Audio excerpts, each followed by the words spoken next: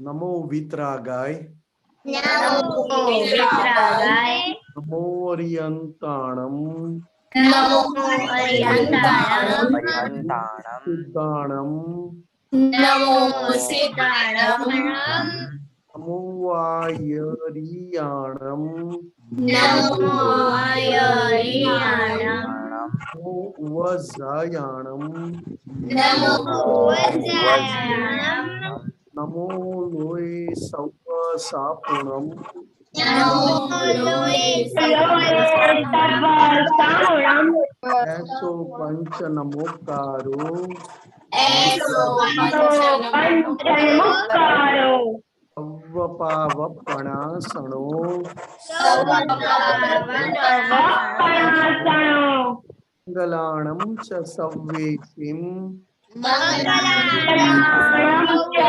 संवेसिं पद्मं भवै मंगलम् परमं भवै मंगलम्। ॐ नमो भगवते वासुदेवाय ओम नमो भगवते वासुदेवाय ॐ नमः शिवाय ओम नमः शिवाय जय सच्चिदानंद जय सच्चिदानंद जय सच्चिदानंद बालकों, जय सच्चिदानंद मेरे निमेश साथ दादा। हम खुशी से प्रार्थना सुनेगा। खुशी। हे दादा भगवान, मुझे ऐसी शक्ति प्रदान करे कि मैं अपने हेल्थ को कभी भी कॉम्प्रोमाइज नहीं करूं, ताकि मेरा शरीर रूपी साधन और मेरा धैर्य केवल पढ़ाई में और सत्संग में ही सहायक बनाऊं। मैं पढ़ाई में बिल्कुल सिंसियर रहूंगी। मैं कुसुम से कायम दूर रहूंगी। मेरा सत्संग कभी भी न छूटे, ऐसी परम कृपा करना। प्राप्त मन वचन काया का योग और अपने आत्मा का उपयोग केवल परोपकार यानी जीव मात्र सेवा के लिए ही करूं, जो कि श्रेष्ठ मानव धर्म है। मैं अपने स्वयं और अन्य सभी लोगों के जीवन व्यवहार में मॉरल, सिंसियर, प्योर बनी रहूं, ताकि मैं बराबर दादा भगवान जैसे उत्कृष्ट व्यक्तित्व आदमी बनी रहूं। जय सच्चिदानंद। वेरी गुड, बहुत अच्छा। आज फ्राइडे निमेशान जी तो थोड़ा समरी रिपोर्ट ले लेगा, एक्सपीरियंस। तो बच्चे लोग सिर्फ जल्दी जल्दी बोलने का कि आपको ऐसा लगता है आपका प्रोग्रेस और किस में आपको गोल नहीं पहुंच सके, किस में गोल नहीं पहुंच सके, वही बोलने का। ओके विधि दीदी। हाँ, जय सच्चिदानंद। मेरा गोल ये था हेल्थ में कि मैं सुबह में जल्दी उठ पाऊँ, लेकिन मैं जल्दी नहीं उठ पाती, तो मैं उसमें फोकस करूंगी। और उसमें मेरी सिंसियरिटी नहीं है। स्टडी में मुझे फिजिक्स और इंग्लिश में और इम्प्रूवमेंट करना है। और दादा भगवान के ज्ञान में हर रोज 2 सत्साधन रह जाते हैं, तो मुझे उसमें इम्प्रूवमेंट करना है। ओके पिताश्री दीदी। हाँ, जय सच्चिदानंद। मैं सत्साधन करने में सुबह के खाने से पहले प्रार्थना करना भूल जाती हूँ, तो मुझे वो इम्प्रूव करना है। और पढ़ने में तो एक ही दिन रह गया था मेरा पढ़ने का, वो तो इम्प्रूव होने लगा है अब। और उठने में मैं जल्दी नहीं उठ पाती, उस पर मैं फोकस करूँगी। Very good. गीता दीदी। जय सच्चिदानंद। मेरा मेरा पढ़ने में जो गोल है उसमें 3 दिन रह गए हैं इस हफ्ते, उसमें मैं ज़्यादा फोकस करना चाहती हूँ। और उठने में भी 3 दिन रह गए थे, उसमें भी फोकस करना चाहती हूँ। और एडजस्टमेंट में मैं पूरे हफ्ते में किसी का हम ना दुपाऊँ, ऐसे मैं करना चाहती हूँ। Very good. खुशी अहमदाबाद। जय सच्चिदानंद। मुझे मेरे हेल्थ में जल्दी उठना है, स्टडी में मुझे मैथ्स में इम्प्रूवमेंट करना है, और दादा भगवान के ज्ञान में मुझे साधन करने हैं। जय सच्चिदानंद। श्रेया। जय सच्चिदानंद। मैं 6:30 उठ नहीं पाती थी, और मुझको maths, Hindi, reading, maths practice और इंग्लिश रीडिंग में इम्प्रूव करना है। और मैंने मम्मी का अहम एक बार डुबा दिया था। ओके, कश्यप भाई। हाँ, जय सच्चिदानंद। मुझको हेल्थ में एक्सरसाइज में इम्प्रूवमेंट करना है। मैं एक्सरसाइज डेली करता हूँ, पर कुछ दिन रह जाती है करने की। और स्टडी में इम्प्रूवमेंट हो चुका है। और सत्संग में रोज एक सत्साधन भूल जाता हूँ। रुद्रा। हाँ, जय सच्चिदानंद। मेरा हेल्थ में जो गोल है उसमें जल्दी उठने का है, पर मैं जल्दी उठ नहीं पाता हूँ, तो मैं इसमें ज्यादा फोकस करूंगा। और दादा भगवान के ज्ञान में उसमें मैं हो पाता, पर मुझसे होता नहीं है, इसलिए मैं दादा भगवान से प्रार्थना करूंगा और मैं रोज करूंगा। हाँ, जय सच्चिदानंद। मैं सुबह एक्सरसाइज करना भूल गया था और लेट उठा था। मोनिका।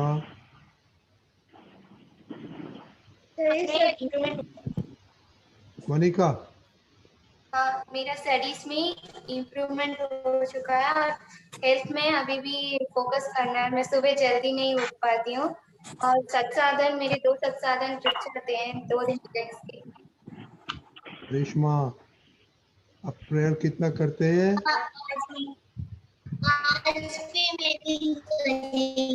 कितनी दफा प्रेयर किया कल, आज?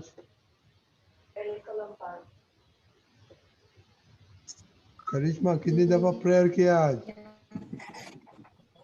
Okay, they are frozen. Khushi. Okay, Devam. जय सच्चिदानंद। मुझे इम्प्रूवमेंट ये करना है कि मुझे हेल्थ में मैं सुबह 7:30 को नहीं उठ पाता हूँ, तो मुझे एक भी बार नहीं उठा दूँ, तो मुझे उसमें इम्प्रूवमेंट करना है। और सत्साधन में मैं 4 दिन चूक गया, तो अभी मुझे 7 आउट ऑफ 7 करना है उसमें। और स्टडी में मेरा 5 आउट ऑफ 7 है, तो मैं उसमें भी 7 आउट ऑफ 7 करूंगा। जय सच्चिदानंद। हेल्थ में मैं सुबह को उठ नहीं पाई हूँ, इसलिए मुझे उसमें फोकस करना है। स्टडी में मुझे अब मेरी स्पीड ज्यादा करनी है लिखने में, और दादा भगवान के ज्ञान में मुझे हर रोज सत्साधन करना है और पहली कलम पाड़नी है। अनन्या दीदी। जय सच्चिदानंद। मेरा हेल्थ में एक्सरसाइज पर फोकस करना है। मुझे एक्सरसाइज करने में आलस आती है, इसलिए स्टडी में केमिस्ट्री पर फोकस करना है और दादा के ज्ञान पर फोकस करना है। डेली सत्संग अटेंड हो। हाँ, जय सच्चिदानंद। स्टडी में मेरा इम्प्रूवमेंट नहीं हुआ, हेल्थ में मेरा इम्प्रूवमेंट थोड़ा थोड़ा ही हुआ है, और सत्साधन में मेरा प्रोग्रेस फुल है। प्रहर।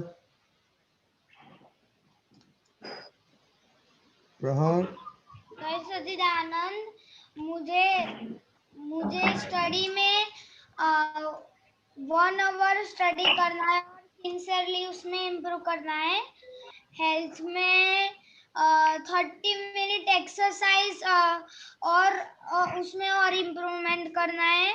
और दादा भगवान के ज्ञान में मम्मी के साथ एंग्री गुस्सा हो जाता हूँ वो। ओके, दीपक दादा, आपको बोलने का है कुछ बाद में? Just give me 2 minutes. Just 2 minutes only. Quick 2 minutes. बोलो। ऐसा है, जो आप लोगों की परिस्थिति है, कहीं न कहीं आप चूक जाते हैं। तो मैं भी बहुत इनडिसिप्लिन था, कुछ ठिकाने बिल्कुल नहीं था। तो इसके लिए अपने आप को डिसिप्लिन करने के लिए मैंने हर रोज जो मुझे चाहिए, जो ये प्रेयर करते हैं ना आप लोग, ये जो हम प्रेयर करते हैं 3 गोल के लिए, उसमें सबसे पहले हम क्या क्या बोलते हैं? मैं अपने हेल्थ को कॉम्प्रोमाइज नहीं करूंगी। हाँ, तो अगर शरीर मन ये ठिकाने नहीं है तो आपका कोई आगे रिजल्ट होगा नहीं। इसीलिए फिजिकली जो आपको जो करना है ना, वो 10-15 मिनट, हाफ एन आवर जो है उसको रेगुलराइज करो तो बहुत फर्क पड़ेगा। अपने आप स्टडी में और सत्संग में वो डिसिप्लिन, नियंत्रण अपने आप आ जाएगा। ये मेरा अनुभव है। जय सच्चिदानंद। जय सच्चिदानंद। निमेशानंद जी, आप बोलिए, अभी आपने सुना सबका रिजल्ट एक वीक का। बहुत अच्छी बात है। सबको इम्प्रूवमेंट करना है। सब अंदर की भावना और अपनी इंटेंशन, नियत, खुद में बदलाव लाना है, खुद में इम्प्रूवमेंट करना है। बहुत अच्छा है। फिर भी एक बात क्या है कि हमारी नियत अच्छी है, हमारे भाव अच्छे हैं, फिर भी हम बदल क्यों नहीं पाते हैं?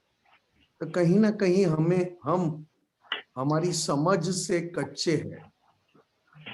क्योंकि हमारी समझ अगर पक्की हो जाए तो भाव उतने ही पक्के होते जाए, और जितने भाव पक्के होते जाए तो अपने आप बदलाव यानी चेंज आते जाए। कहीं ना कहीं हम किसी भी प्रकार से हम खुद के साथ कहीं ना कहीं हम धोखा या मतलब चीट कर बैठते हैं। भावना अच्छी है, भाव अच्छे है, नियत अच्छी है, तो सबसे बड़ी बात यह है कि हम हमारी समझ और डेवलप करें। अभी भी हमारी समझ यही है कि हमें बाहर से सुख लेना है, और बाहर से सुख मिले तो हम बहुत मस्ती में आ जाते हैं। फिर भी दादा भगवान ने कहा कि सही समझ बाहर से नहीं, अपनी भीतर, और सही समझ भीतर से हो गई तो सुख आनंद भी भीतर से ही आएगा। बाहर से जो सुख और आनंद आ रहा है वो ज्यादा दिन टिकता नहीं है, और न टिकने के कारण वापस हमारी समझ बदल जाती है, और समझ बदलते ही हमारे भाव बदल जाते हैं। क्योंकि सुख आ तो रहा है, मगर बाहर का सुख ले लेकर भी हम वापस बोर हो जाते हैं, थक जाते हैं कि बाहर का सुख भी हमारे पास रहता नहीं है। सही सुख और सही आनंद हमारे भीतर है, और दादा की प्रार्थना में है। दादा की प्रार्थना जितनी जितनी करते जाओगे उतना आपका निश्चय स्ट्रांग होते जाएगा। क्योंकि दादा की प्रार्थना करने में भी हमारी समझ कम पड़ जाती है। इसलिए कहते हैं ना कि बार बार 9 कलम बोलो, और 9 कलम के विरुद्ध में कुछ भी हुआ तो तुरंत ही भीतर से प्रायश्चित कर लो। क्योंकि समझ बढ़ाने के लिए ये सत्संग है। क्रिया या आपके अंदर जो चेंज लाना है वो समझ में चेंज लाना है, और समझ में अगर हमारे चेंज आते गया तो समझना कि हमें सत्संग में हम आगे बढ़ रहे हैं। बाकी क्रिया अपने आप होती रहेगी। सुबह उठना है तो समझ अगर पक्की हो तो उठना नहीं पड़े, हम अपने आप उठ जाएंगे। हेल्थ के लिए हम ज्यादा कॉन्शियस है, और हेल्थ के लिए ज्यादा हम अलर्ट है। तो दादा भगवान कहते थे कि भीतर से जितनी आपकी अहिंसक प्रार्थना, भीतर से आपकी जितनी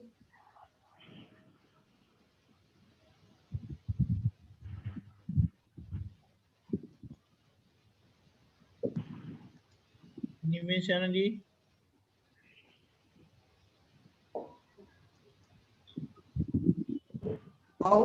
अहिंसक होते गए तो अपने आप हेल्थ अच्छी होती जाएगी, क्योंकि ड्यू टू अहिंसक भावना और अहिंसक समझ।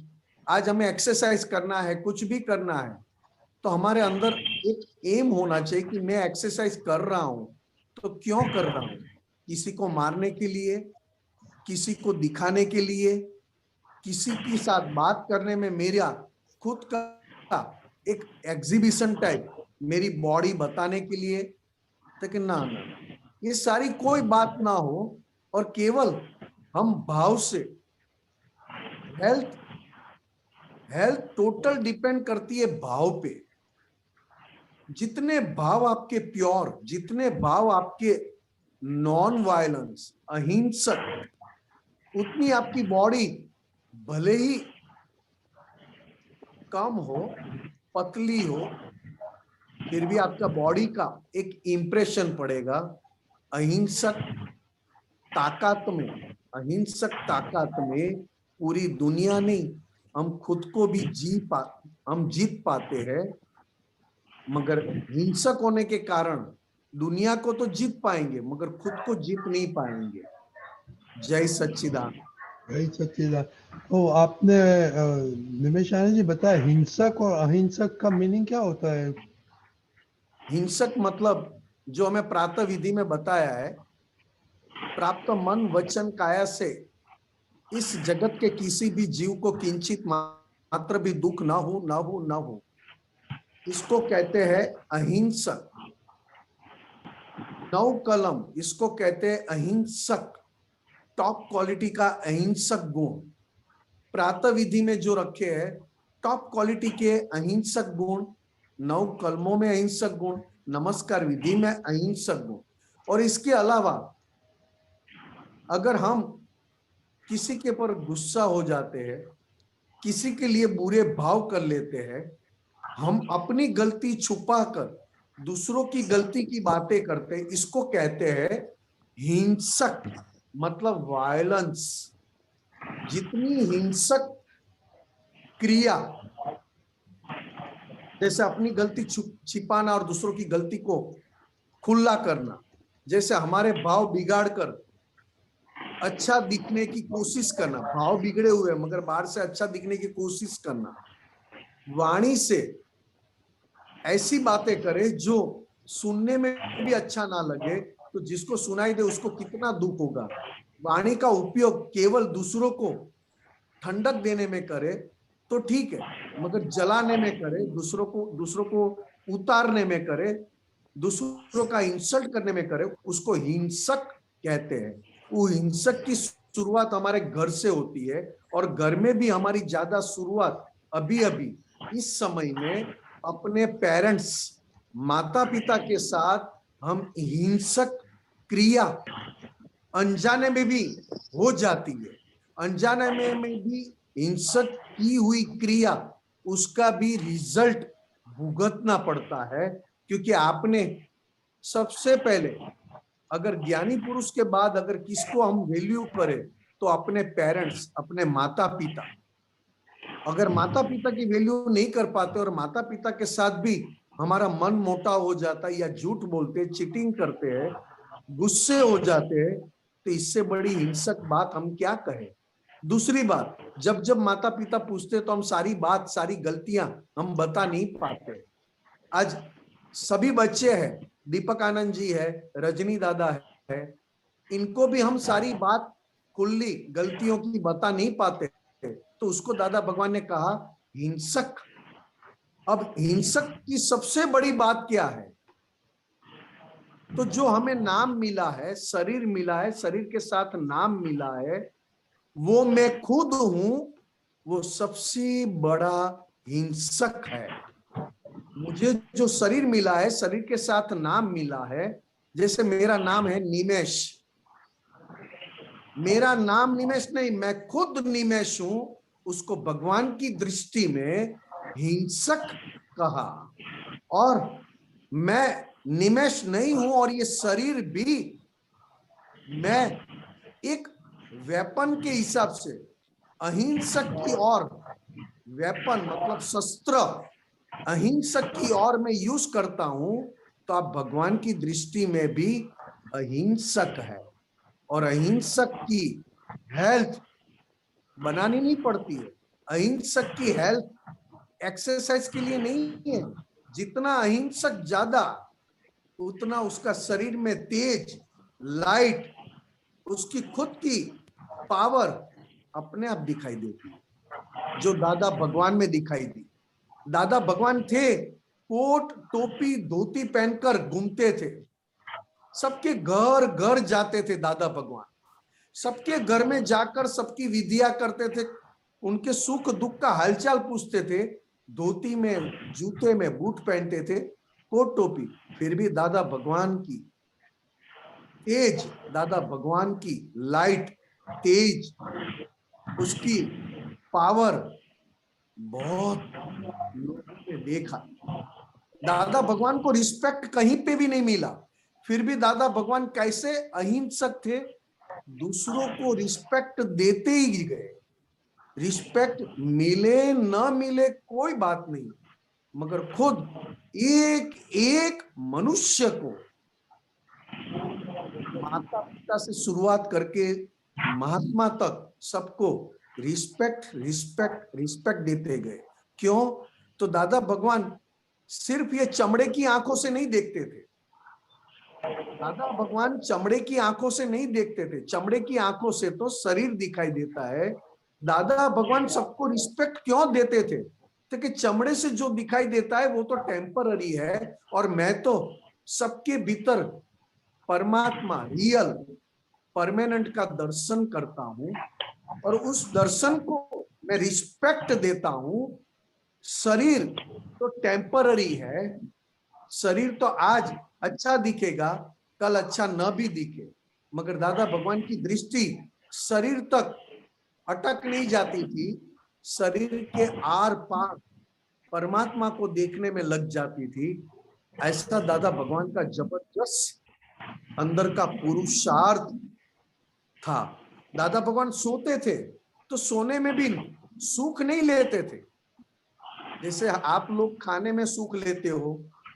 कुछ अच्छी नया टेक्नोलॉजी आई, नया मोबाइल आया, नया हेडफोन आया, नई कुछ बातें आई, तो उसमें आप इंटरेस्ट लोगे, उसमें से सुख ढूंढोगे। सोने में सुख ढूंढते हो, खाने में सुख ढूंढते हो, बातें करने में सुख ढूंढते हो। दादा भगवान कहते हैं हम इसमें कहीं से भी हम सुख ढूंढते नहीं। हमको ऐसा ऐसा सुख चाहिए ही नहीं कि हर दिन हर रोज हमें नींद न मिले तो हम दुखी हो जाए, और नींद मिले तो सुखी हो जाए। ऐसी डिपेंडेंट लाइफ हमको पसंद नहीं है। हम तो ना सोए तो भी हम फ्रेश रहे, और सोने के बाद 1-1.5 घंटे 2 घंटे में उठ जाए तो भी हमारा मुख फ्रेश ही दिखाई देगा। खाएंगे हम इतना, मगर फ्रेश दिखाई देंगे, बहुत अच्छा। क्योंकि दादा भगवान कहते थे कि शरीर, हम पूरा शरीर, पूरी वाणी और पूरा मन भीतर के सुखात्मा के लिए, और दूसरी बातों में कहे तो संपूर्ण अहिंसक की ओर हम हमारा शरीर, वाणी और मन यूज करते हैं। इसके लिए दादा भगवान ने कहा था कि हम 9 कलम सिर्फ बोलते नहीं है, हम 9 कलमों को इतना सिंसियर है कि 9 कलमों की एक भी कलम हमसे ब्रेक नहीं। 10 साल की उम्र थी दादा भगवान की, 10 साल की, at the age of 10 years, 10 साल की उम्र से दादा भगवान जो 9 कलम हमें दी है, वो 9 कलम को इतने सिंसियर थे, एक बार भी 9 कलम को टूटने का मौका तक नहीं दिया। ये दादा भगवान की अंदर का पावर देखो आप, पावर। आज हम 9 कलम बोलना चाहते तो भी नहीं बोल पाते हैं। 9 कलम 3 बार बोलना है तो 3 बार बोल नहीं पाते। ये क्या वजह है? ओनली वजह, रीजन, कि हम अंदर से इतने पावरफुल, शक्तिशाली नहीं है। और दादा भगवान इतने शक्तिशाली थे कि 9 कलम बोलने की बात तो दूर रहा, 9 कलम 100% वो उसको अप्लाई में था, एप्लीकेशन में था, ओबे उनको बिहेव में था। इसके लिए कहते हैं जितना अहिंसक होते जाओगे आपको सुख ढूंढना नहीं पड़ेगा, आपको सुख के लिए भिखारी भी नहीं बनना पड़ेगा। जितना जितना भीतर से अहिंसक होते गए उतना उतना सुख आपके कदम में, आपके चरणों में आकर ठहर जाएगा, रुक जाएगा।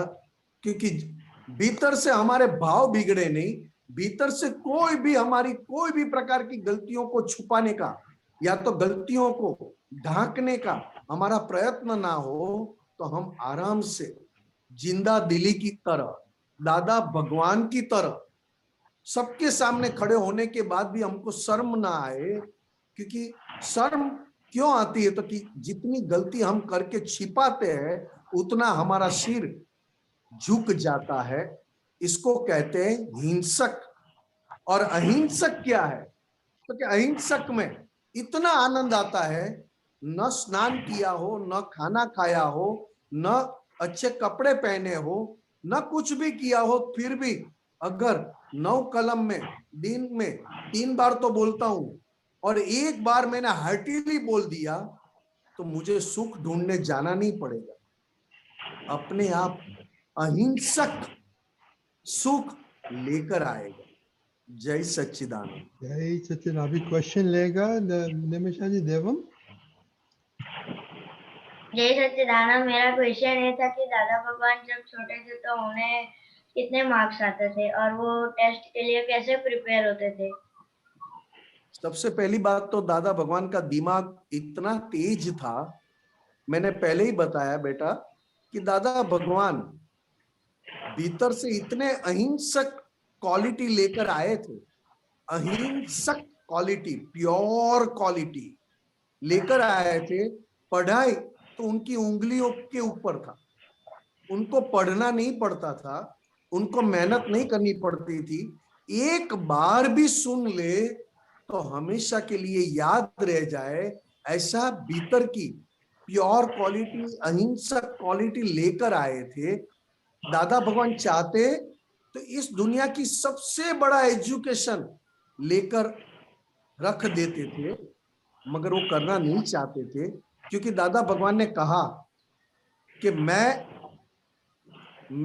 पढ़ाई कर रहा हूं, पढ़ाई मुझे आती भी है, टीचर पढ़ाए उसके पहले तो मुझे याद रह जावे, इतना मेरा मेमोरी प्योर और अहिंसक है।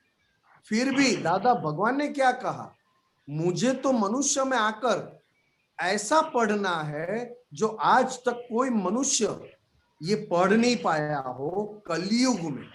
कलयुग में जो मनुष्य जो पढ़ाई नहीं कर पाए वो पढ़ाई दादा भगवान ने करके दिखाई, और अंत में खुद अंबालाल मुर्जीभाई पटेल दादा भगवान होकर प्रकट हुए।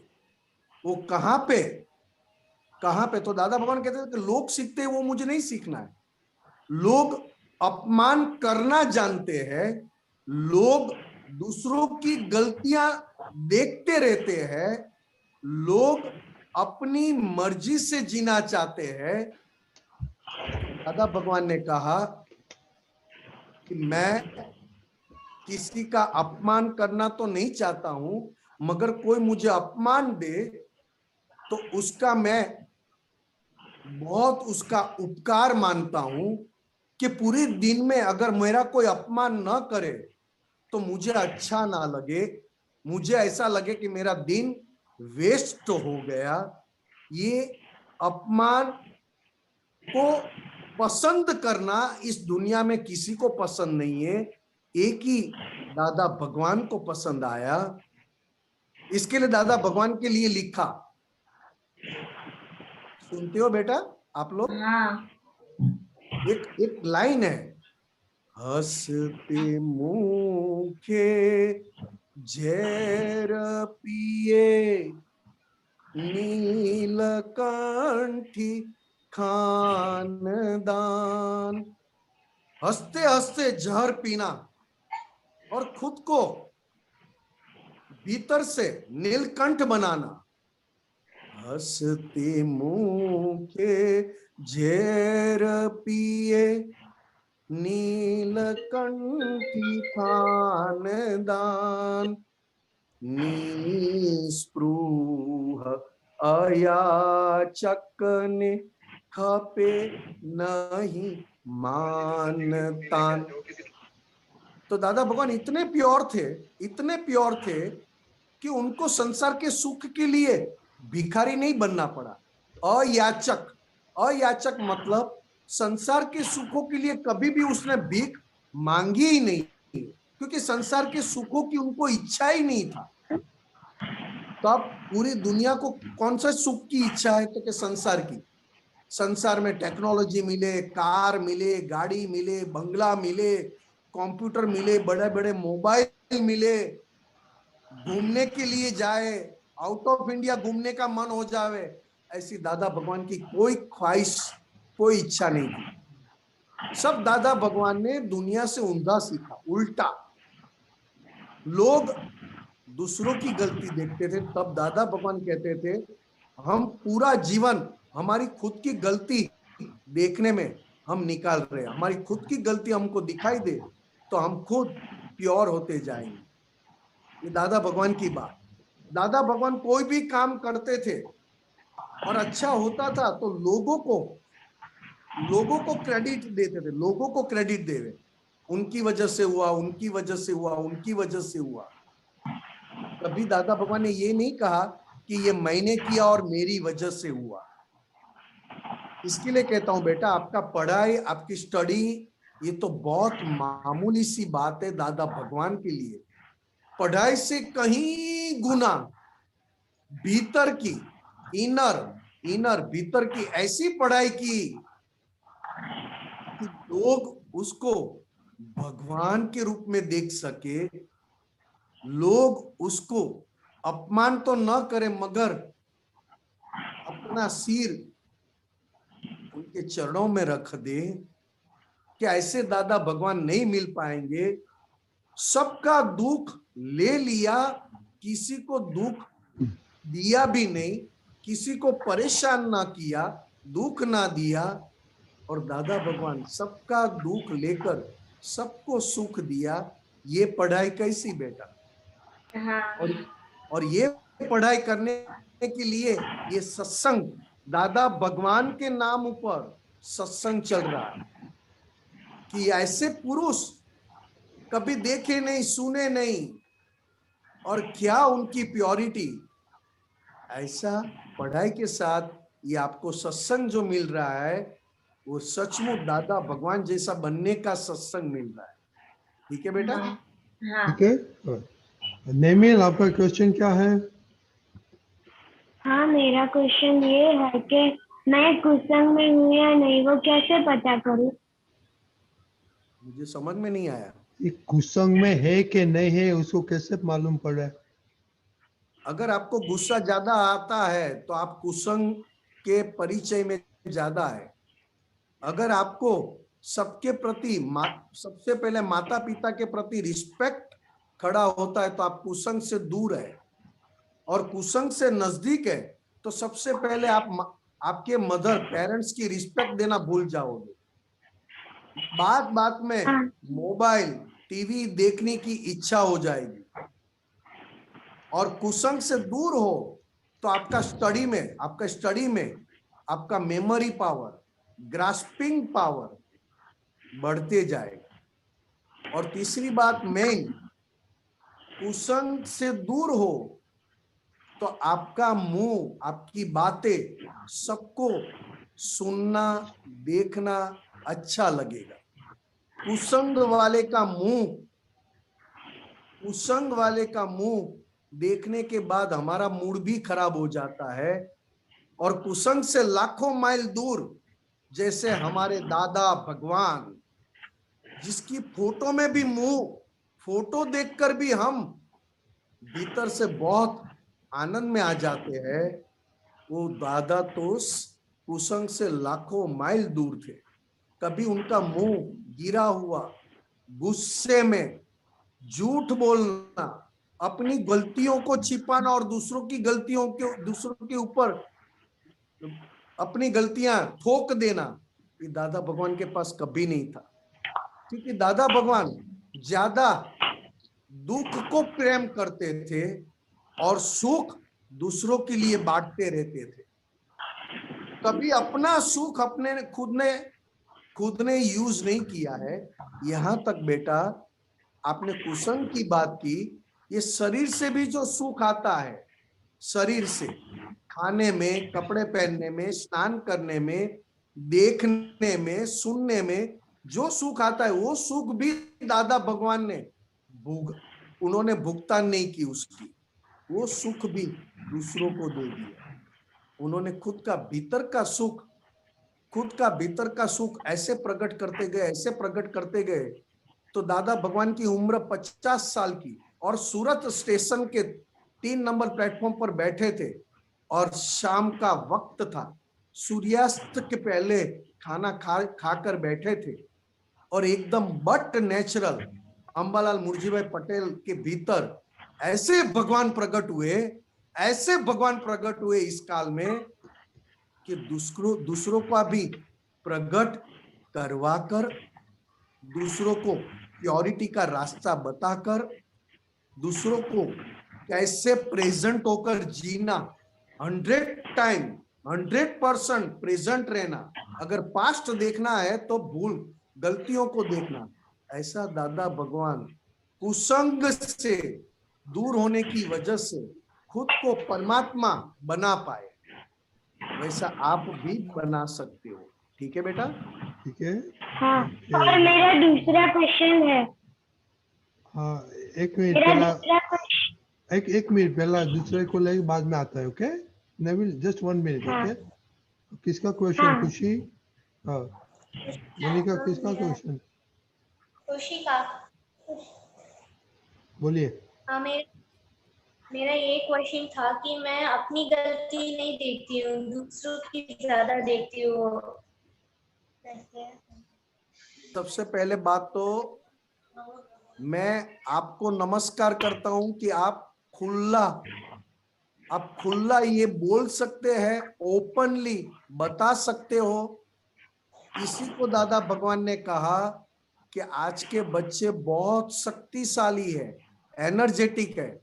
आज आप ऑनलाइन भी आप आपकी वीकनेस बता पाते हो। ये आपकी शक्ति क्या कम है? कितनी बड़ी शक्ति लेकर आप बैठे हो, कितनी बड़ी शक्ति लेकर बैठे हो, और आप कहते हो कि मैं दूसरों की गलतियां ज्यादा देखती हूं। पूरे संसार में, पूरी दुनिया में दादा भगवान और दादा भगवान के महात्माओं के अलावा सभी लोग दूसरों की गलती देख कर जी रहे हैं। तो दादा भगवान ने क्या कहा? मुझे उसका फोटो दिखाएंगे? वो बेटी ने पूछा, वो लड़की ने, उसका फोटो रखे पर आप बोलेंगे तो सामने आ जाएगा। बोलिए खुशी, बोलिए खुशी बोलिए, कुछ बोलिए तो आ जाएगा फोटो उनके ऊपर। खुशी कुछ बोलो। खुशी कुछ बोलिए। जय सच्चिदानंद। हाँ ओके। उनका कट हो जाता है, कोई बात नहीं। मेरी बात सुनाई देती है आपको? निमेशानंद जी, स्क्रीन स्लाइड करो। नहीं, उनका नेट कट हो जाता है। वो बराबर है, उनका वाला स्क्रीन आएगा तो आपका तो सभी स्क्रीन पर आएगा। आपको सुनाई देता है अभी बेटा?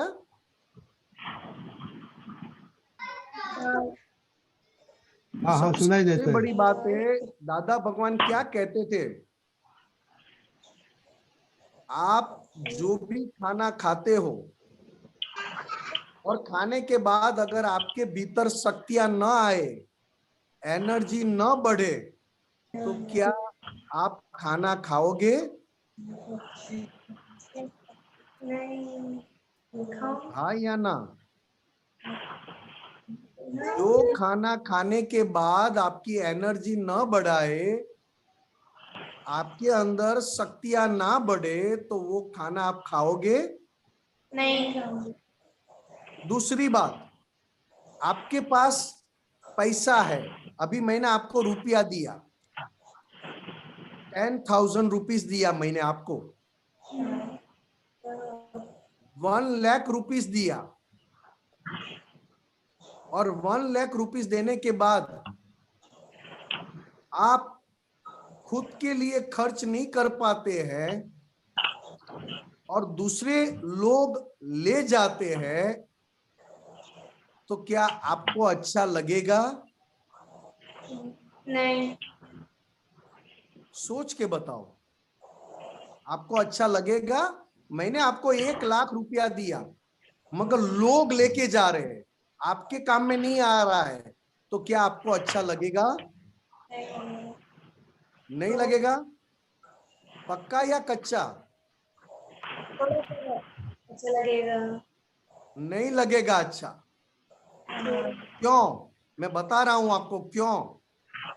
1 लाख रुपया आपका है और दूसरा उसको एंजॉय करे तो आपको कैसे अच्छा लगेगा?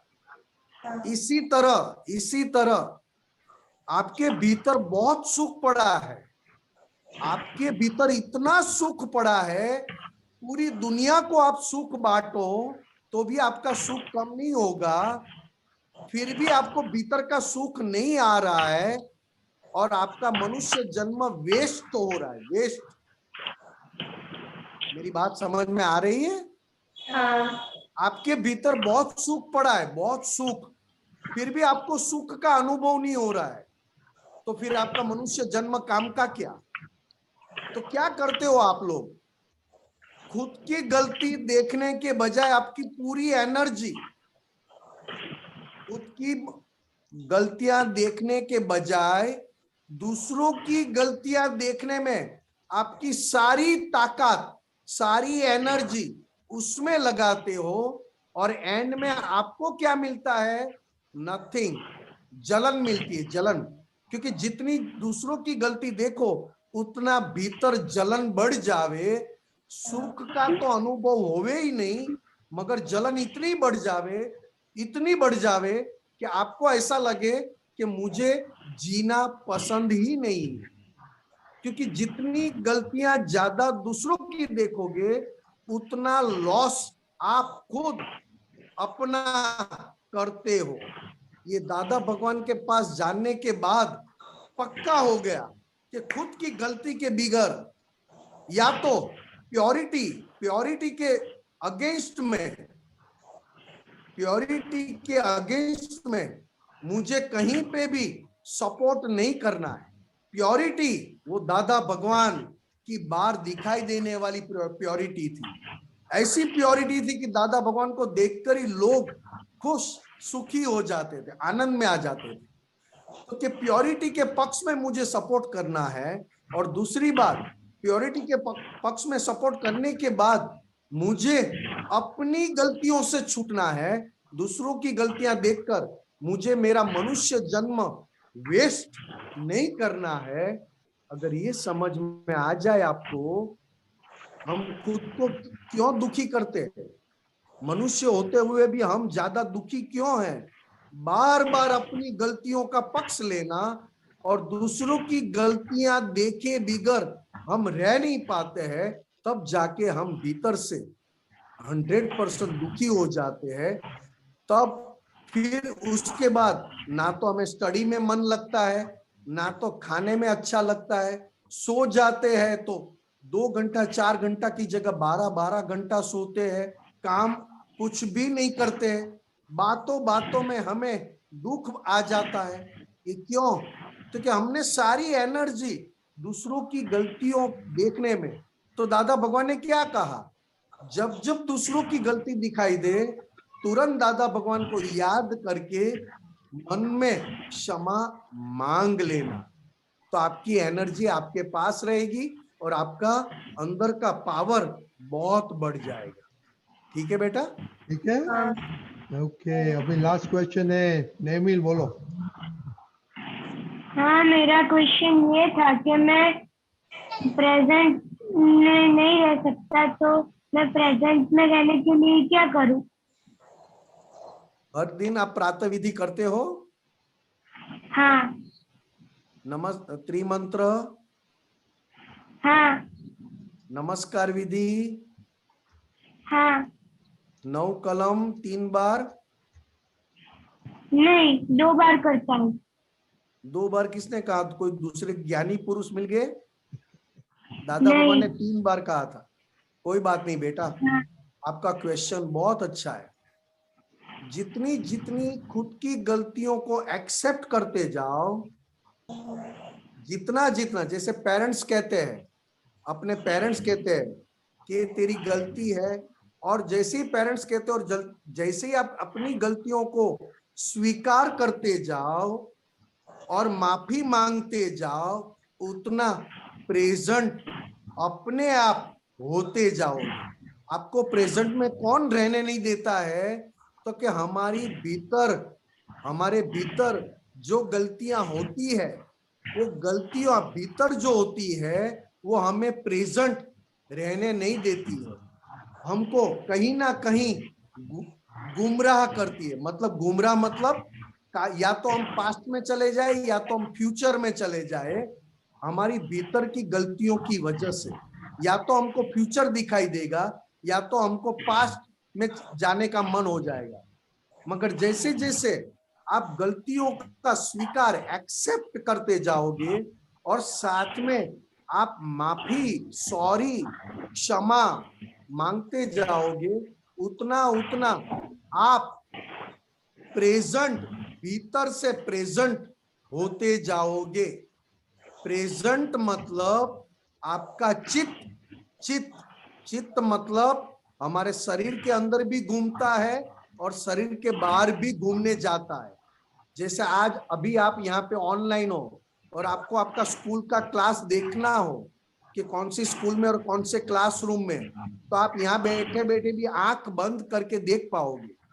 तो चित्त जो है वो गलतियों से बहुत कवर हो चुका है। जैसे जैसे अपनी गलतियों को एक्सेप्ट करते जाओगे, माफी मांगोगे, वैसे वैसे गलतियों से छूटते जाओगे और आपका चित्त इतना प्रेजेंट हो जाएगा, स्टडी भी आसान हो जाएगी, आपको प्रॉब्लम का सॉल्यूशन भी आता जाएगा, आपका खाना, नींद सब नॉर्मल होते जाएंगे। जय सच्चिदानंद। जय सच्चिदानंद। दीपिका जी, आपको कुछ बोलने का हो? करिश्मा, आपका टर्न है कल प्रेयर का। ओके या जय सच्चिदानंद। अभी हमने देखा कि कहीं न कहीं हमारा गोल के लिए हम सिंसियर नहीं है, बराबर है? हम कहीं न कहीं चूकते हैं। तो अभी ये सब कहीं ना कहीं तो कमजोरी है ना, कहीं ना कहीं हमारी गलती है कि नहीं? अभी गलतियों के साथ आपको खाना कैसा लगता है? अच्छा लगता है कि नहीं लगता है अच्छा खाने को? नहीं अच्छा लगता। ये आप सच बता रहे हैं कि ऐसे ही मुझे अच्छा लगाने के लिए? नहीं सच बता रहे हैं। नहीं सच बता रहे। और सुबह में आप उठते तो नहीं है ना टाइम पर? यानी सोना अच्छा लगता है ना? हाँ, सोना अच्छा लगता है। खाना अच्छा नहीं लगता है क्योंकि मम्मी अच्छा बनाती नहीं है। खाना अच्छा लगता है। अच्छा लगता है। क्या बताया? खाना अच्छा लगता है। हाँ, तो अभी एक बात है, हमारे बड़े भाई है ना, वो जब छोटे थे, हम लोग सब छोटे थे, तो वो क्लास में फर्स्ट आते थे और कभी वो सेकंड या थर्ड आ गए ना, तो वो हफ्ते भर खाना नहीं खाते थे और सोते नहीं थे। उनको खाना अच्छा लगता ही नहीं था, कोने में बैठकर रोते रहते थे और नींद नहीं आती थी उनको। उसका मतलब क्या है? क्या? कि उनका जो रिजल्ट सेकंड या थर्ड है, बोलो खुशी, हाँ दीपक दादा, आज मेरी 5th की जो मार्कशीट आई है परसेंटेज, लेकिन उसमें आपने भेजे तो नहीं है सभी सबको, हमको भेजी नहीं है। हाँ मैं अभी भेज दूंगी। मेरे हाँ। परसेंटेज 92 आए हैं। Very good, very good. तो ये तो बहुत अच्छा है, लेकिन यहाँ ये हमारे गोल की बात है। तो यहाँ पर आपको खाना अच्छा लगता है और सुबह में उठ नहीं पाते, तो ये बहुत सोचने की बात है। यानी हमारा गोल जो हम मिस करते हैं, उसके लिए हमारे दिल में कुछ लगता नहीं है। अगर दिल में लगता है ना, तो खाना हराम हो जाएगा, खाना अच्छा ही नहीं लगेगा। कितना भी अच्छा मम्मी बनाए ना, तो खाने का मूड ही नहीं आता है। और सोने की बात करें तो नींद भी नहीं आती है। 7 बजे का टाइम है, अगर आपका उठने का तो 6 बजे उठ जाएंगे, 5 बजे उठ जाएंगे। आप तो 6 बजे, 7 बजे का टाइम है तो 8 बजे उठते हैं, 9 बजे उठते हैं, 10 बजे उठते हैं। समझ गए? हाँ तो ये खाना और सोना हराम होना चाहिए, तभी ही आपकी ये जो गोल एकम्प्लिशमेंट होता नहीं है ना, तो आपको लगना चाहिए कि मैं गोल मिस कर गया। आप तो गोल मिस करते हैं। ये एक बात बहुत अच्छी है जो निमेशानंद जी ने भी बताई। आप अपनी बात बड़ी खुले दिल से आप बता देते हैं, वो बहुत अच्छी बात है। लेकिन हमारी कथा स्टोरी यहाँ एंड नहीं होती, यहाँ तो शुरू होती है। तो खाना अच्छा नहीं, क्योंकि हमें ऐसा अंदर होना चाहिए कि ये कैसे चुक गया मैं। ठीक है, ये सोचना इसके बारे में। जय सच्चिदानंद। जय सच्चिदानंद। ओके, अभी जय सच्चिदानंद। सब म्यूट करो, सब म्यूट करो। जय सच्चिदानंद दीपक दादा। जय जय सच्चिदानंद। जय सच्चिदानंद रत्नी दादा। जय सच्चिदानंद। गीता बहन। जय सच्चिदानंद। रजनीकांत अंकल साहब जय सच्चिदानंद। जय सच्चिदानंद। निमेशानंद जी साहब जय सच्चिदानंद। सच्चिदानंद। दीपकानंद जी साहब जय सच्चिदानंद। जय सच्चिदानंद। बुक नंबर 4 पानु 32, तारीख 16/10/68, 68 वडोदरा। नीचे पानु page 15 of 42, 15 of 42, binding number 3।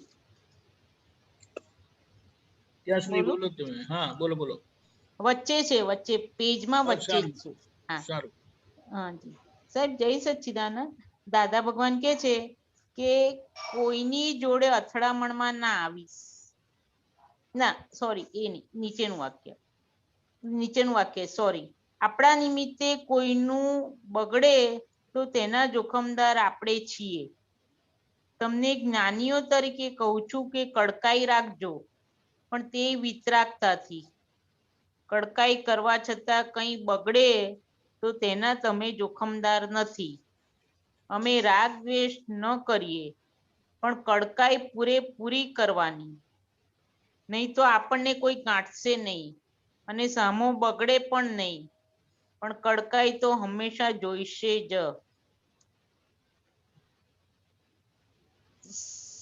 સાહેબ આમાં થોડું સમજાવો ને કે કડકાઈ રાખજો પણ વિતરાગતાથી રાખજો।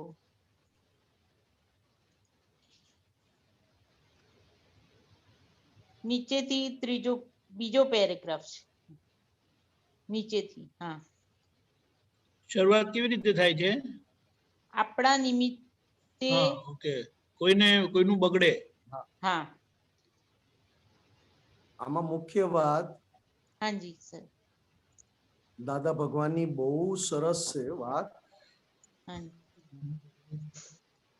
વ્યવહાર બગડે એનો વાંધો નથી, પણ આપણી નબળાઈઓને પોષણ મળે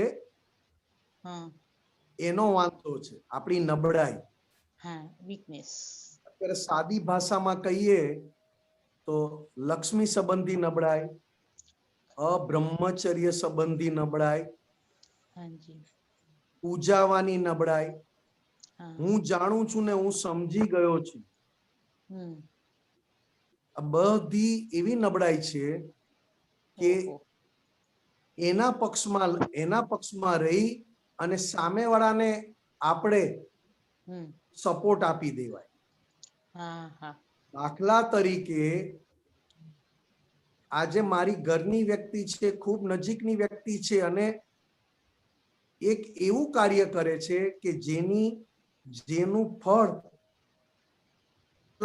જન્મ સુધી ભોગવવામાં જાય અથવા તો આ જન્મમાં ક્યારેય સુખી ના થાય એવી એક વીકનેસ ને એ પોતે સુપર સપોર્ટ આપે છે અને મને ખબર પડે છે ત્યારે હું જો ખરેખર મારી અંદરેલા વીકનેસના પક્ષમાં ના હોઉં હમ તો હું મારી જાતને ઠારવા માટે હું સામેવાળાને જેમ છે તેમ નહીં કહી શકું. હા એક્ઝેક્ટલી આ બહુ સૂક્ષ્મ વાત છે. આ તમે જે કાઢ્યું છે બહુ સરસ કાઢ્યું છે. આ સત્સંગ છે ખાલી એક જ પેરેગ્રાફનો, હા એક જ પેરેગ્રાફનો, પણ દાદા ભગવાન પોતાની જાત જોડે કેવા કડક રહેતા હતા કે એક પણ દાગ લાગે એ પહેલા એ જાગી જતા. ઊંઘતા હોય તો જાગી જતા. ઊંઘમાંય ડાઘ ન લાગે એવા જાગતા હતા અને એમની સામે કોઈ જો કરે તો એનું પણ અહિત ન થવા દે એવી કડકાઈ વાપરતા. સમજાયું ગીતાબેન? હા સમજાવ્યું સાહેબ, બરોબર. હા એવી કડકાઈ વાપરતા. ઓહો પોતાના અંદર આપણી ઉપર એક ડાઘ ન લાગે એવા ઊંઘમાંય જાગતા રહેતા હતા. તો જ્યારે સામેવાળો આવું અહિત કરે ત્યારે એની ઉપર ખૂબ કડકાઈથી કામ લેતા. તેમ છતાં દાદા ભગવાન શું કહેતા, હું તને દોષિત જોતો નથી, પણ તારી અંદર જે તને ભૂલ કરાવવા માટે તને જે ગલગલિયા કરે છે એની જોડે મારો વ્યવહાર છે. તારા શરીર અથવા તારી જોડે મારે નથી, પણ તને જે ભૂલ કરાવવા માટે અંદરથી ગલગલિયા કરાવે છે એની સામે અમારી કડકાઈ છે. જો અમે એ કડકાઈ ના બતાવીએ તો તારી અંદર બેઠેલા ભૂલવાળા તારી પાસે એવું કામ કરાવી જશે કે તું ક્યારેય આ નબળાઈમાંથી નીકળી શકીશ નહીં. એના માટે તારે કેટલાય જન્મ જશે. એટલે એક વાક્ય છે, વઢીને મહી રહે વિતરાગ જુઓ કલમો ન ઠરડાઈ. તો કે દાદા ભગવાન એવી કડક આંખ કરે, એટલી બધી તાપ બતાવે, એટલી બધી કડકાઈને એટલો બધો તાપ બતાવે, તેમ છતાં દાદા શું કે એક પણ કલમ, 9 કલમની એક પણ કલમ ક્યાંય પણ ખંડિત ના થાય એવો તાપ અમારો એવો હોય કે એની ભૂલ ઓગળીએ જ છૂટકો. પણ એની ભૂલ ઓગળે ક્યારે નહીં, તો કે એ ભૂલના પક્ષમાં બેઠો હોય તો જ.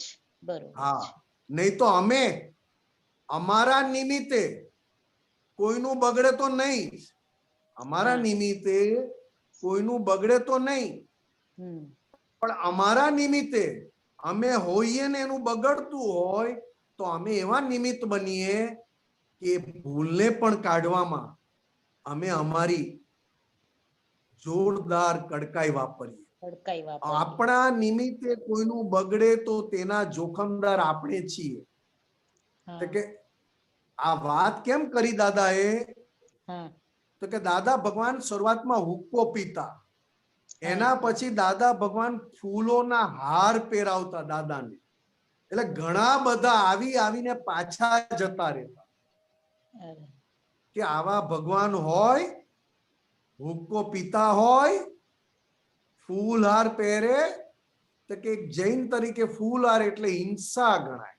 હા હિંસા કે ગણાય. ફૂલ તો કે ફૂલ પોતે કે છે કે અમે તો અહિંસક પુરુષના ગળામાં શોભીએ અને અહિંસક પુરુષ ના મળે તો અહિંસક પુરુષ જે સંપૂર્ણ વિતરાગ થયા છે એની મૂર્તિના ગળામાં શોભીએ.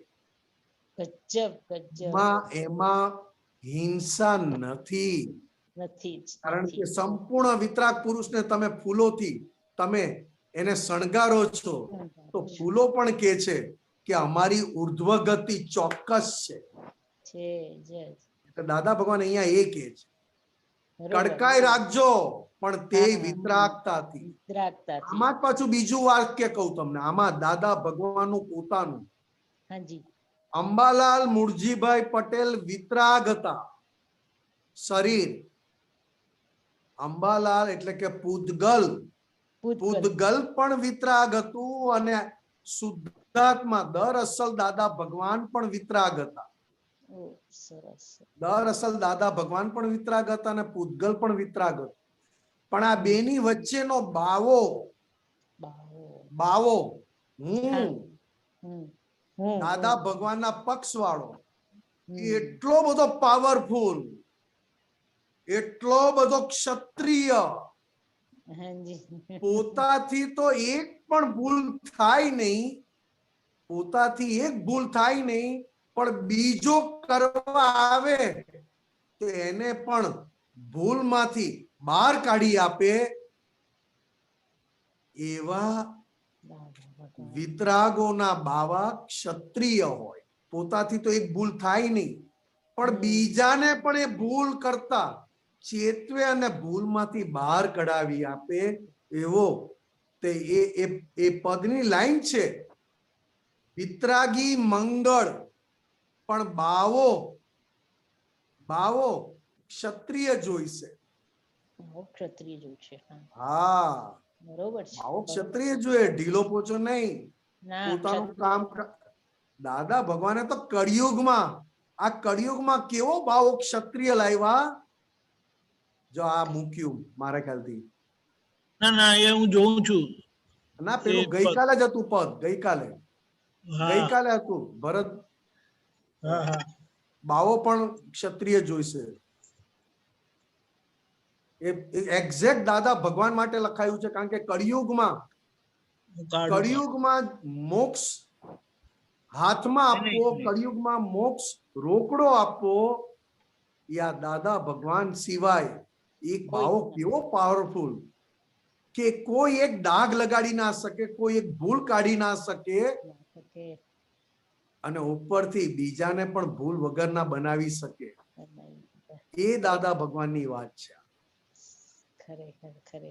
એટલે કડકાઈ તો છે ને ગીતાબેન, પોતાના અંદરના વીકનેસની સામે કડકાઈ બતાવવાની છે. વ્યવહારમાં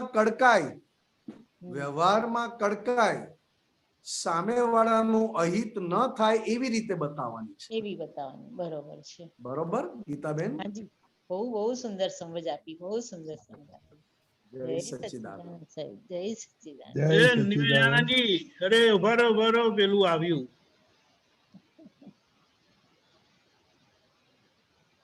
નિમેશાનંદજી જો આ રહ્યું. જો આ વાત પર હું અટકી ગયેલો.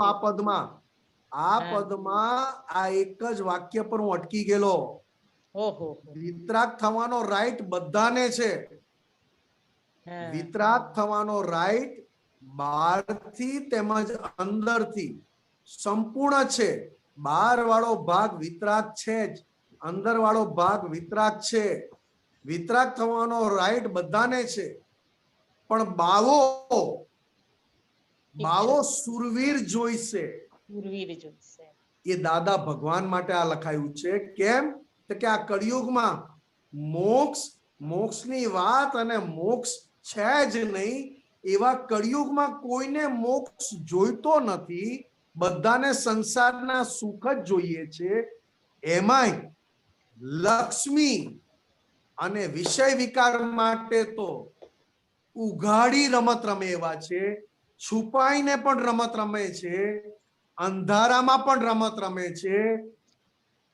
બાવો એવો સુરવીર જોઈએ કે આ કળિયુગમાં પણ મોક્ષ અને મોક્ષનો સ્વાદ ચખાડી શકે. પેલાને ચાખવો નથી, પણ ચખાડનારો એવો પાવરફુલ છે કે પેલાને ટેસ્ટ આવ્યા વગર રહે જ નહીં. કારણ કે એટલી બધી પવિત્રતા, વ્યવહારમાં એટલી બધી પ્યોરિટી, વ્યવહારમાં એટલી બધી ટ્રાન્સપરન્સી. એ દાદા ભગવાનનો બાવો રસ્તે ચાલનારને પણ મોક્ષને લાયક બનાવી શકે. અને પાછા શું કે છે આ બાવો? શું કે છે? આમાં મારું કશું નથી, આમાં મારું કશું નથી. આ તો તીર્થંકર ભગવાનનું વિજ્ઞાન છે, અનાદિથી ચાલતું આવતું વિજ્ઞાન છે. અને આ તો તમારા બધાની પુણ્યના લીધે અમને ભેગું થયું. બાવો સુરવીર તો જુઓ. અરે એક દુઃખોથી ગભરાય નહીં, એક પ્રોબ્લેમ થી ગભરાય નહીં. તીર્થંકર ભગવાનને પણ કે આવા બાવા પાસે મેનેજમેન્ટ, પ્લાનિંગ કશું હોય નહીં, થયા કરે એની મેળે થયા કરે. આવો સુરવીર જોઈએ. અને અહીંયા બાવાની સુરવીરતા જોઈએ, શરીરની સુરવીરતા નહીં. બરોબર? અરે ગજબ વાત નીકળી, ગજબ. આજે તો વાત નીકળી, બહુ સુંદર છે. જય સચ્ચિદાનંદ. દીપકભાઈ,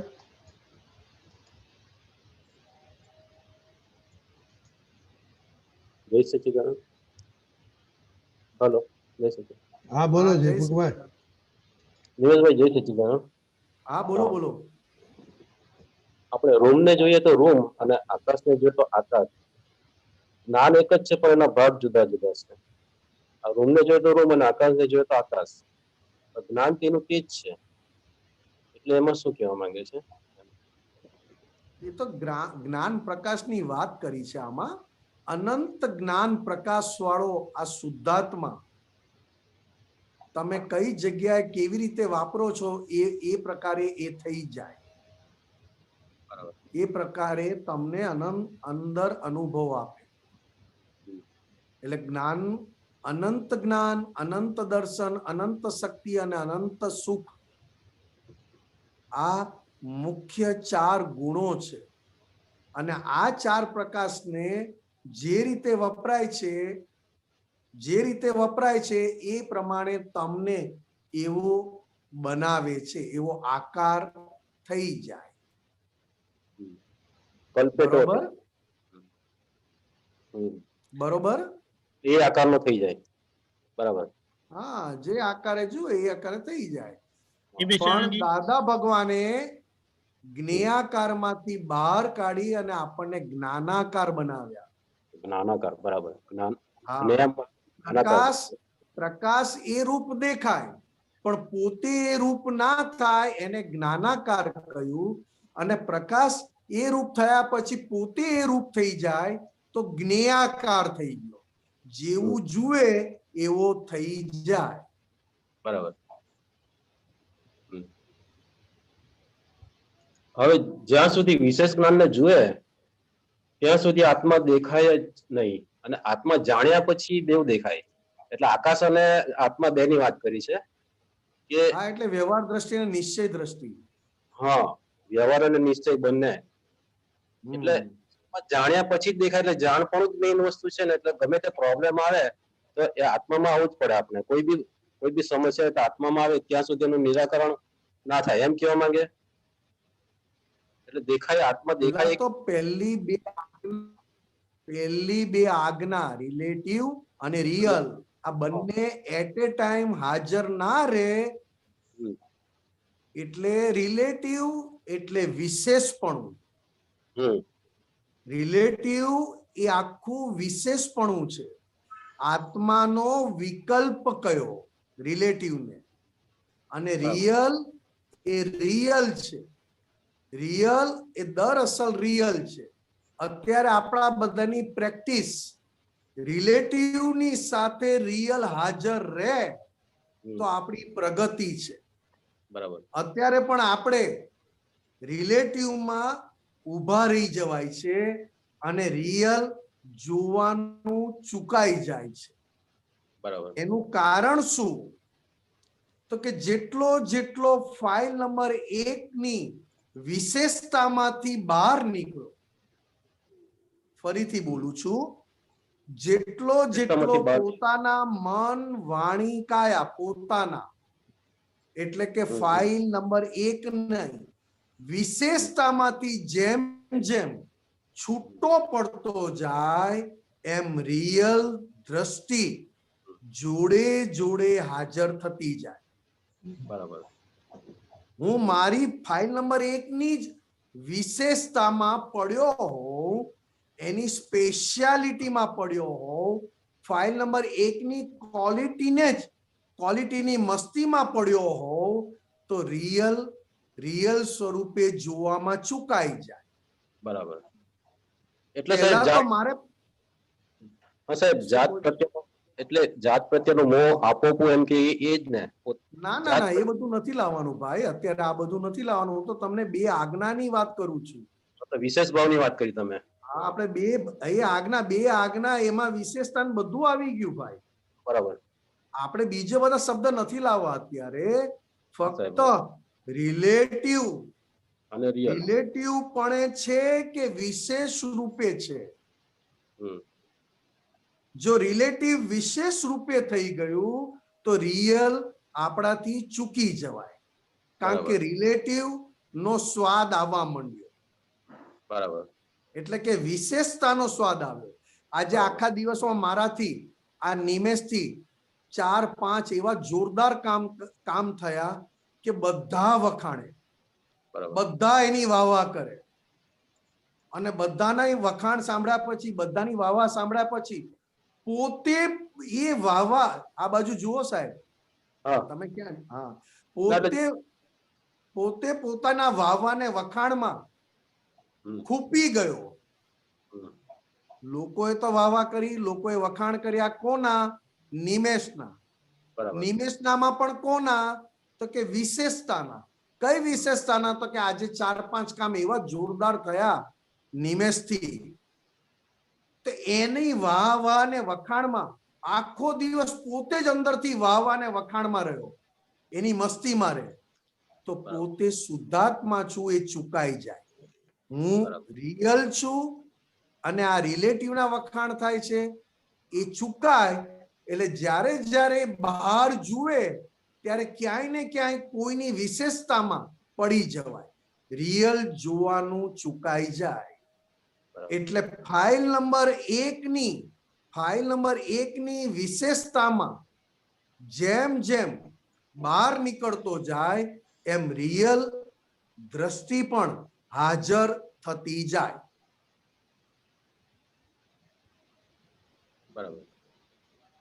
આ બહુ જ ફાઇલ નંબર 1 પર લો સાહેબ. તમે જે બધી વાત શબ્દથી પૂછો છો, તો કે જ્ઞેયાકાર, જ્ઞાનાકાર, આકાર, કે એ બધું બરોબર છે તમારું, વાત ખોટી નથી. પણ હું અટક્યો છું ક્યાં? તો કે બહારથી જોવામાં અટક્યો છું. તો કે બહારથી શું જોવામાં અટક્યો છે? તો કે રિલેટિવ અને રિયલ બંને દ્રષ્ટિ મારાથી વાપરી શકાતો નથી. તો વાપરનારો ક્યાં છે? બહાર છે કે અંદર છે? વાપરનારો અંદર છે. હા, તો એને કયું ગ્રહણ લાગી ગયું? તો કે જે વાપરવામાં એને તકલીફ પડે છે. સમજાયું દીપકભાઈ? સમજાઈ ગયું. બરાબર.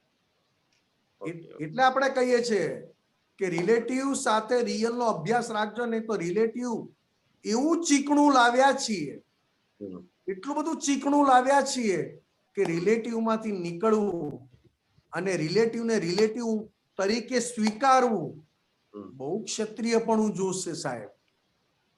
બરાબર. એમાંય તમને કહી દઉં સાહેબ, તમે વાત પૂછી છે તો હું કહી દઉં, જેટલી રિલેટિવમાં ઠંડક આવે, જેટલી રિલેટિવને અનુકૂળતા મળે, જેટલી રિલેટિવને પોતાના ધાર્યા પ્રમાણે સંજોગો ભેગા થાય, એટલું રિયલ કાચું પડતું જાય. બરાબર. કારણ કે રિલેટિવને પોતાના ધાર્યા પ્રમાણે સંજોગ ના મળે તો બહુ છૂટો રહે.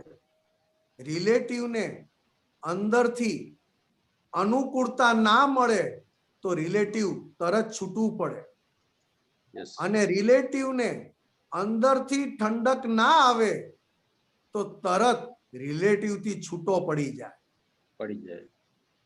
પણ આ બધી ત્રણેય વાત કેવી છે તો કે અંદર તમને વિશેષતા એટલે કે સ્પેશિયલ બનાવવાની કોશિશ કરે. છે રિલેટિવ, છે ટેમ્પરરી, છે પરસત્તા, તેમ છતાં સ્પેશિયાલિટી ઊભી કરવામાં આપણાથી ભૂલ થઈ જાય અને રિયલ દ્રષ્ટિ વાપરવાનું તો ચૂકાઈ જાય. આજે મને કોઈ કામ મળ્યું સત્સંગનું અને એ સત્સંગમાં હું બહુ પરફેક્ટ સક્સેસ થઈ ગયો, સફળ થયો, તો મારે દાદા ભગવાનને યાદ કરવા પડે કે અક્રમ વિજ્ઞાન જે દેહની અંદર પ્રગટ થયું, અક્રમ વિજ્ઞાન અંબાલાલ મુરજીભાઈ પટેલની અંદર પ્રગટ થયું, તેમ છતાં અંબાલાલ મુરજીભાઈ પટેલ અથવા તો એ જ્ઞાની પુરુષને એટલે કે બાવો એ જ્ઞાની પુરુષ, અંબાલાલ મુરજીભાઈ પટેલ અંદર જ્ઞાની અને જ્ઞાનીની જોડે દર અસલ જેવા છે તેવા દાદા ભગવાન જે આપણા બધાની અંદર છે.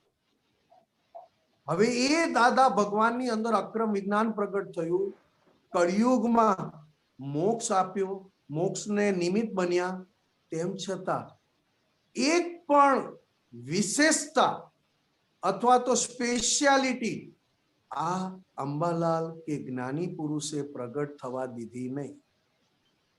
હું તે હું છું અને તું તે તું છે. તું તારું કાર્ય કરીએ જા જે તને વ્યવસ્થિત સોંપ્યું છે. એટલે શું તો કે અંબાલાલ મુરજીભાઈ પટેલને જગત કલ્યાણના નિમિત્ત બનવામાં વ્યવસ્થિત શક્તિએ સત્તા સોંપી છે. તો તું તારું કાર્ય કર, હું મારામાં છું. આટલું મોટું વિજ્ઞાન લાવ્યા પછી પણ દાદા ભગવાને ક્યાંય નશો ના ચડ્યો, ક્યાંય એમની આંખો પોળી ના થઈ, ક્યાંય પોતાની માલિકી ઊભી ના કરી. દાદા ભગવાને નહોતું કહ્યું કે અમારા ગયા પછી અમારી સમાધિ બાંધજો, અમારો પથરો મૂકજો, અમારી આવી રીતે મોટી સમાધિ બનાવજો. આવું દાદા ભગવાને નહોતું કહ્યું. દાદા ભગવાન કે અમને તો સામાન્ય તરીકે જવા દેજો. 3 મંદિરનું નિર્માણ કર્યું, કામરેજ ત્રિમંદિર, એમાં પણ દાદા ભગવાને પોતાનો ફોટો મૂકવાની પણ કહ્યું નહોતું.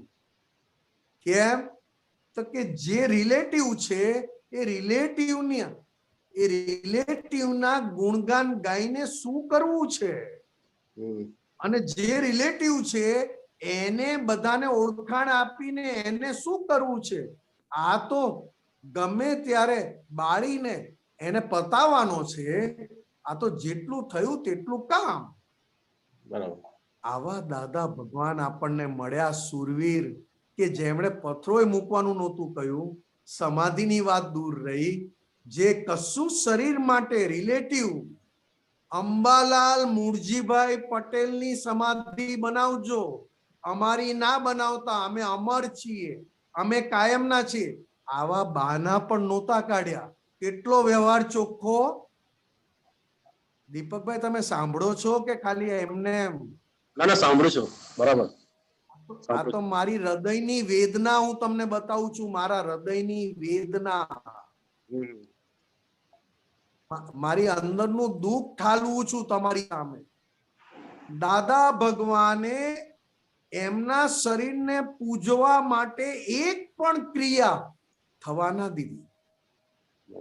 છેલ્લે જ્ઞાનથી પણ રમત ના રમ્યા કે અંબાલાલ દાદા ભગવાન તો કાયમના છે, દરેકની અંદર બેઠા છે અને અવિનાશી છે, પણ અંબાલાલ મુરજીભાઈ પટેલની સમાધિ બનાવજો કારણ કે એમના લીધે આ જગત કલ્યાણના કામ થયા, એવું પણ બોલ્યા નથી. તો પછી નિમેશ તું કઈ વાડીનો મૂળો? આવા દાદા ભગવાન જેણે સંસારમાં એક ડાઘ એમને લાગે નહીં અને કેટલા વર્ષો સુધી એમના કોઈ પણ વાક્ય ઉપર પણ ડાઘ ના લાગે એવું જીવન ચરિત્ર, વ્યવહાર ચારિત્ર એટલું ચોખ્ખું બતાવીને ગયા તો એમનો અંદરનો નિશ્ચય કેટલો ચોખ્ખો હશે. કારણ કે વ્યવહાર એટલો બધો ચોખ્ખો ને કોઈ આંગળી ના કરે. અથવા તો અંબાલાલ મુરજીભાઈ પટેલને પૂજાવાની જરૂર ક્યાં છે? આ તો પરપોટો છે. આને શું કરશો? ક્યાંય બહાનું નહીં, ક્યાંય રમત નહીં. તો નિમેશ તને કેટલું જ્ઞાન છે? તો તું કઈ સ્પેશિયાલિટીમાં પડ્યો? આપતા પુત્ર તો કે એ બહુ મોટો બોજો છે. આપતા પુત્ર થઈને ફરવું એ બોજો નહીં, બહુ બોજો. તમને શુદ્ધાત્મા ભૂલાવી દે. કારણ કે એટલા બધા ગલગલિયા થાય અને એટલું બધું અંદરથી સુખ આવે કે શુદ્ધાત્માનું સુખ રહેવાની ઈચ્છા જ ના થાય. શુદ્ધાત્માના સુખ લેવાની ઈચ્છા ક્યારે થાય? તો કે તમે પોતે જ તમારી ફાઇલ નંબર 1 ની તમે વિશેષતા ઊભી ના કરો તો રિયલ દ્રષ્ટિ વપરાય અને રિયલ સુખનો સ્વાદ પણ આવે. આ તો રિલેટિવ રિલેટિવ રિલેટિવ એટલે થવા દે. દાદાના જગત કલ્યાણમાં જે રીતે જગત કલ્યાણ થતું હોય થવા દો. પણ એક વાત નક્કી રાખજો, જેમ દાદા ભગવાન જગત કલ્યાણમાં સંપૂર્ણ નિમિત્ત સ્વરૂપે રહ્યા, એક ક્ષણ માટે પણ કર્તા સ્વરૂપે નથી રહ્યા, એક ક્ષણવાર માટે પણ, એક સેકન્ડ માટે પણ અંબાલાલ મુરજીભાઈ પટેલ નથી થયા, એવું તું થતો જજે. આવું હું નિમેશને કહું છું કે નિમેશ તારાથી આ દાદાનું જગત કલ્યાણનું હજારો લોકો પામે, પણ તું કોઈ ક્રિયાનો કરતા ના બનીશ અને તારી વાહ તું પોતે ક્યારેય ના કરાવીશ. કારણ કે તારે હજી દાદા ભગવાન જેવા લઘુ અને નોર્મલ થવાનું બાકી છે. બરોબર સાહેબ? જય સચ્ચિદાનંદ. જય સચ્ચિદાનંદ. જય સચ્ચિદાનંદ. નિમેશાનજી આપણો ટાઈમ થઈ ગયો છે એટલે આપણે શ્રીમંત બોલાવો. દીપકભાઈ પ્લીઝ ફોલો કરજો. નમો વિતરાગાય, નમો વિતરાગાય, નમો અરિહંતાણમ, નમો અરિહંતાણમ, નમો સિદ્ધાણમ, નમો સિદ્ધાણમ, નમો આયરિયાણમ, નમો આયરિયાણમ, નમો ઉવઝાયાણમ, નમો વજ્જાણમ, નમો લોય સવ્વ સાહુણમ, નમો લોય સૌવ સાહુણમ, એસો પંચ નમોકારો, એસો પંચ નમુકારો, સવ્વ પાવપણાસણો, સૌવ પાવપણાસણો, મંગલાણમ ચ સવ્યેસિમ, મંગલાણમ ચ સવ્યેસિમ, પડમમ ભવૈ મંગલમ, પરમમ હવૈ મંગલમ. ઓમ નમો ભગવતે વાસુદેવાય, ઓમ નમો ભગવતે વાસુદેવાય, ઓમ નમઃ શિવાય, ઓમ નમઃ શિવાય. જય સચ્ચિદાનંદ. જય સચ્ચિદાનંદ.